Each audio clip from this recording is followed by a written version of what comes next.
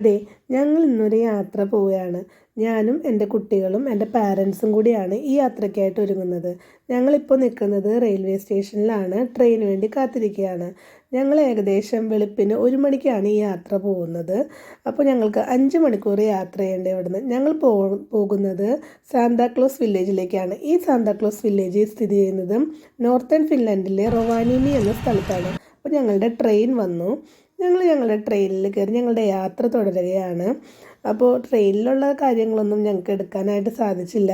5 മണിക്കൂറത്തെ ദീർഘയാത്രയ്ക്ക് ശേഷം ഞങ്ങൾ റൊവാനിമിയിലെ റെയിൽവേ സ്റ്റേഷനിൽ ഇറങ്ങിയപ്പോഴാണെങ്കിലോ ഭയങ്കര മഞ്ഞ് വീഴ്ച. വന്നിരിക്കുന്ന ടൂറിസ്റ്റുകളെല്ലാം തന്നെ മഞ്ഞ് ആസ്വദിക്കുകയും ഫോട്ടോസ് എടുക്കുന്ന തിരക്കിലാണ്. ഞങ്ങളും ആ ഒരു മഞ്ഞ് വീഴ്ചയെ ആസ്വദിക്കുകയും ഫോട്ടോസൊക്കെ എടുക്കുകയും ചെയ്തു. കുട്ടികൾ ഭയങ്കര സന്തോഷത്തിലാണ്. റെയിൽവേ സ്റ്റേഷനിൽ കുറച്ച് നേരത്തെ കാത്തിരിപ്പിന് ശേഷം ഞങ്ങൾക്ക് പോകാനുള്ള ഞങ്ങളുടെ ബസ് വന്നു. 8-ാം നമ്പർ ബസ്സിലാണ് സാന്താക്ലോസ് വില്ലേജിലേക്ക് നമുക്ക് പോകാനായിട്ട് സാധിക്കുന്നത്. റെയിൽവേ സ്റ്റേഷൻ്റെ തൊട്ടടുത്ത് തന്നെയാണ് ബസ് സ്റ്റേഷൻ. അതുകൊണ്ട് തന്നെ ബസ് സ്റ്റേഷൻ കണ്ടുപിടിക്കാനോ ഒന്നും ഞങ്ങൾക്ക് യാതൊരുവിധ ബുദ്ധിമുട്ടുണ്ടായില്ല.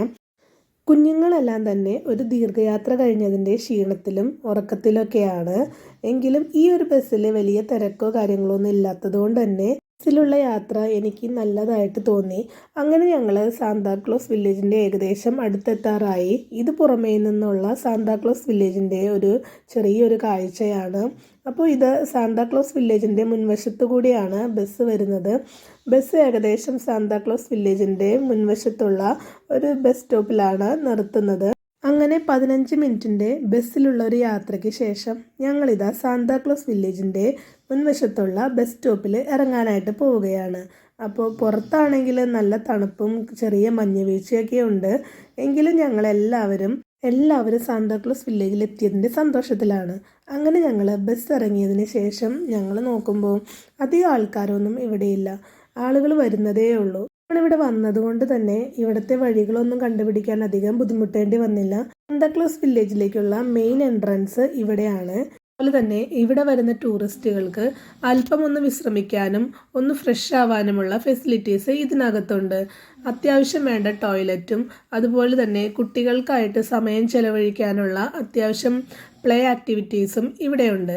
അതുപോലെ നല്ലൊരു ഷോപ്പിംഗ് മാളും കൂടിയാണിത്. അതുപോലെ തന്നെ നമ്മുടെ കയ്യിലുള്ള ലഗേജുകളെല്ലാം തന്നെ വളരെ സേഫായിട്ട് സൂക്ഷിക്കാനുള്ള ഒരിടം കൂടി ഇതിൻ്റെ അകത്തുണ്ട്.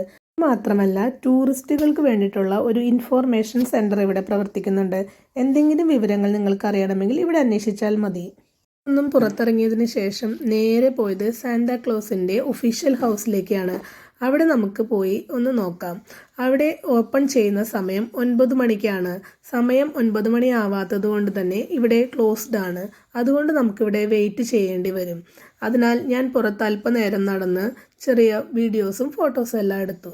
ഇവിടെ വരുന്ന എല്ലാവരും തന്നെ സാന്തായെ കണ്ട് ഫോട്ടോയും എടുത്തിട്ടാണ് പോകാറ്. അതുകൊണ്ട് തന്നെ സാന്തായെ കാണാനായിട്ട് വലിയൊരു നിര തന്നെ ഇവിടെ ഉണ്ടാകും.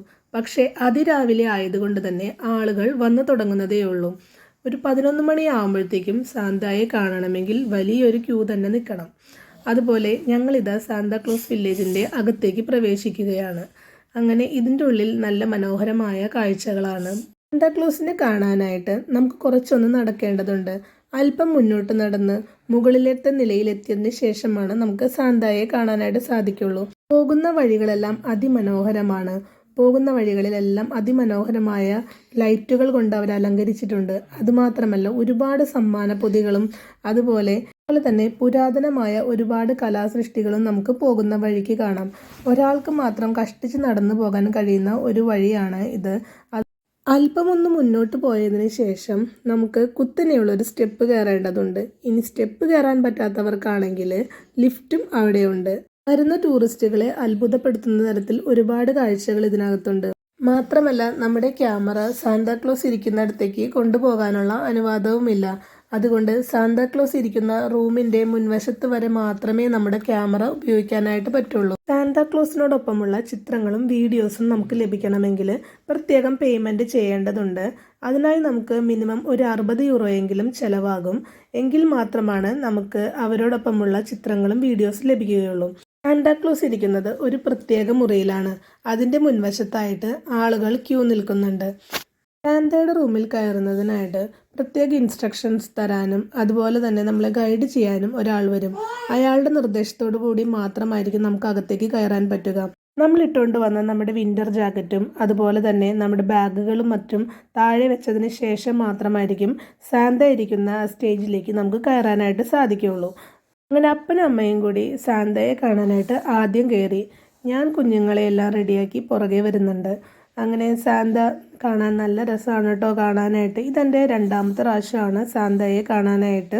എല്ലാവരുടെയും ജാക്കറ്റൊക്കെ ഊരി അകത്തേക്ക് കയറാനായിട്ട് കുറച്ച് സമയമെടുത്തു. ആദ്യമൊക്കെ എല്ലാവർക്കും ചെറിയൊരു ചമ്മലൊക്കെ ഉണ്ടായിരുന്നു. എങ്കിലും സാന്ത നല്ല ഫ്രണ്ട്ലി ആയിട്ട് സംസാരിക്കുന്ന ആളാണ്. അതുപോലെ തന്നെ സാന്ത നമ്മളോട് ഇംഗ്ലീഷിലാണ് സംസാരിച്ചത്. കുഞ്ഞുങ്ങളോടും അതുപോലെ തന്നെ നമ്മളോടും വളരെ ഫ്രണ്ട്ലി ആയിട്ടാണ് അദ്ദേഹം സംസാരിച്ചത്. സംസാരത്തിനിടയിൽ ക്യാമറമാൻ ഞങ്ങളുടെ ചിത്രങ്ങൾ ക്യാമറയിൽ പകർത്തി. ഈ ചിത്രത്തിൽ ഒരാളുടെ കുറവുണ്ട്, ഞങ്ങൾക്ക് ഏറെ പ്രിയപ്പെട്ട ഒരാളുടെ കുറവ്. ഞങ്ങളുടെ ഫോട്ടോസ് എടുക്കാൻ ക്യാമറമാന് അധികം ബുദ്ധിമുട്ടേണ്ടെന്നും വന്നില്ല. കുഞ്ഞുങ്ങൾ നല്ല രീതിയിൽ തന്നെ ക്യാമറയിൽ നോക്കിയിരുന്നു. അതുകൊണ്ട് തന്നെ ഞങ്ങൾക്ക് വേഗം ഫോട്ടോസ് എടുക്കാനും സാധിച്ചു.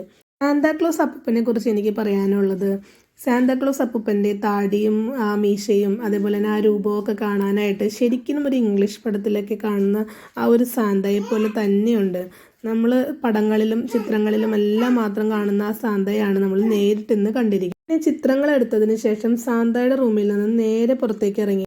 അതിൻ്റെ പുറത്തായിട്ട് നമ്മളുടെ എടുത്ത ചിത്രങ്ങൾ നമ്മൾക്ക് സെലക്ട് ചെയ്യാനും കാണാനുമുള്ള സാഹചര്യം ഉണ്ടായിരിക്കും. ഫോട്ടോ എടുത്തു കഴിയുമ്പോൾ അവിടെ നിന്ന് നമ്മൾക്ക് ഒരു ബാർകോഡും ഒരു പാസ്വേഡും തരും. അവരുടെ വെബ്സൈറ്റിൽ കയറി നമുക്ക് അത് ഡൗൺലോഡ് ചെയ്തെടുക്കാവുന്നതാണ്. മാത്രമല്ല കൂടുതൽ പണം അടയ്ക്കുകയാണെങ്കിൽ നമുക്ക് ഇപ്പോൾ തന്നെ ഫോട്ടോസ് പ്രിൻ്റ് ചെയ്ത് കിട്ടുന്നതുമാണ്.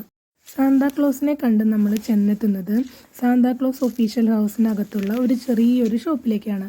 ഇവിടെ കൂടുതലും നമുക്ക് ധാരാളമായി കാണുന്നത് കുഞ്ഞ് സാന്താസിനെയും അതുപോലെ തന്നെ ക്രിസ്മസ് ഡെക്കറേഷന് വേണ്ടിയിട്ടുള്ള ഒരുപാട് ഐറ്റംസും നമുക്കിവിടെ കാണാനായിട്ട് സാധിക്കും.